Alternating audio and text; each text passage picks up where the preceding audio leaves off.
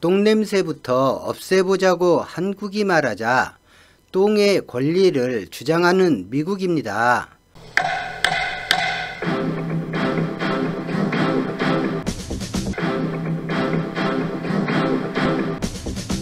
오늘은 똥 이야기를 하겠습니다.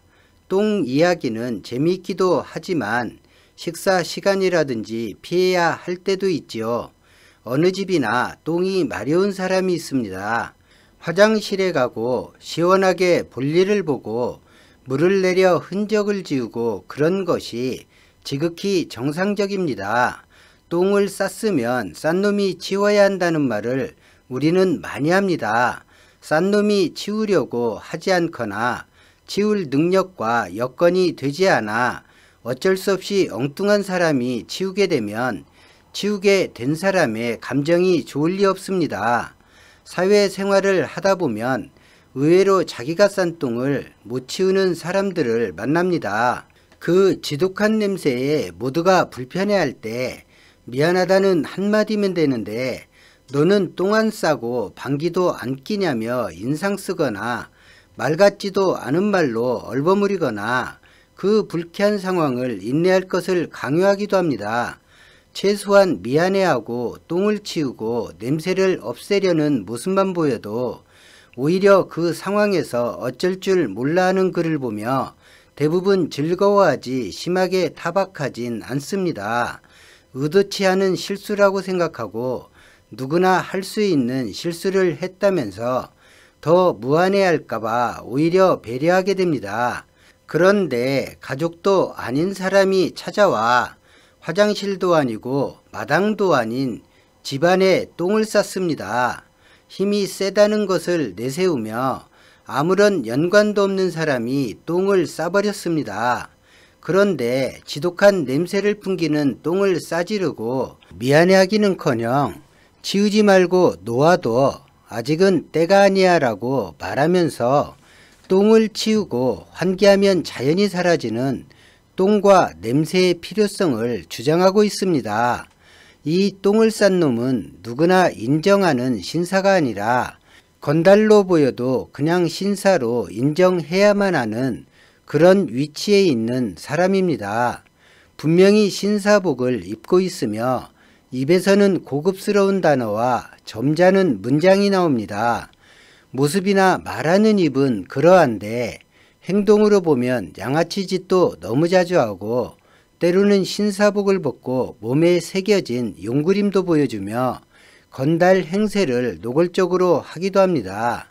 자신이 남의 집에 허락 없이 싼 똥임에도 자기가 허락하기 전까지는 똥도 못 치우게 할 뿐더러 허락 없이 치우려 하면 그 똥위에서 뒹굴도록 하겠다는 위협을 가합니다.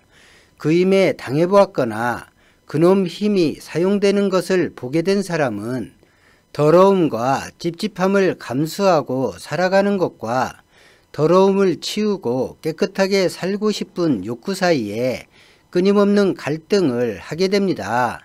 그런데 남의 집에 똥을 싸는 것이 아무렇지 않은 이 신사복을 입은 힘센 놈은 똥을 싼 것으로 부족해서 그 집안일까지 제 마음대로 하기를 원합니다.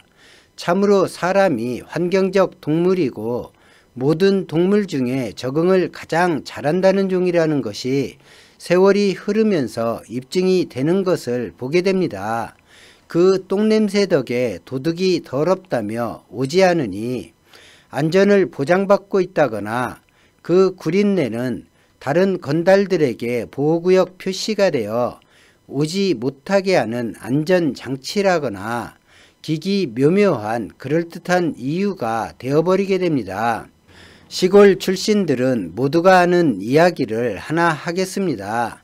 지금처럼 대규모 농장 형태가 아닌 시절에 소나 가축을 키우는 집에서는 가축의 배설물을 집단이나 풀과 섞어 집 한쪽에 거름이라는 것을 산처럼 모았습니다. 논이나 밭에 영양분을 공급하기 위해 모으는 것인데 이곳에서 나는 냄새 또한 사실 지독합니다. 그런데 이 거름을 보고 더럽다거나 치워야겠다거나 이상하다거나 생각한 사람이 없습니다. 동네 주민도 이 집을 방문하는 사람도 냄새에 잠시 인상을 쓸 뿐 거슬리다 생각하지 않지요. 같은 배설물인데 왜 그럴까요? 차이는 한 가지밖에 없죠. 그 집안 사람이 스스로 결정해 냄새나고 비위생적인 거름을 모은 것은 경작하는 논밭에 거름을 주면 수확이 늘어나고 결국 그 집안의 사람들의 미래에 도움을 주는 행위이기 때문에 감수하는 정도가 아니라 적극적으로 만들고 크기를 키웠던 것입니다.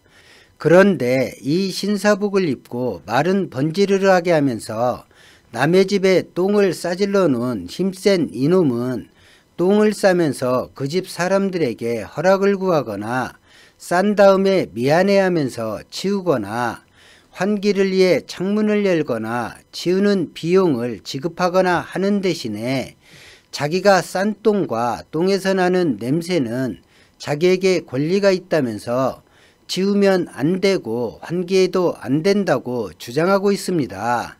문제는 이 똥을 싼 곳이 남의 집이라는 것이죠.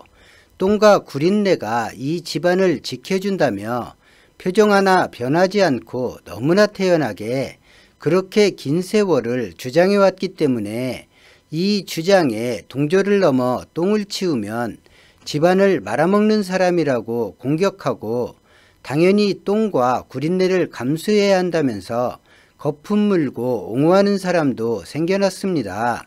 이 사람들은 그 신사놈이 싼 똥 위에 자신이 똥을 싸는 짓을 태연하게 하기도 했습니다. 반면에 뭔가 잘못되었다고 생각하는 사람도 많이 생겨났습니다. 우리는 우리가 필요해 싼 똥도 아닌데 이 냄새를 언제까지 맡으며 살아야 하지? 이 똥과 냄새가 정말 우리에게 필요한 거야? 이런 의심을 하게 되었습니다.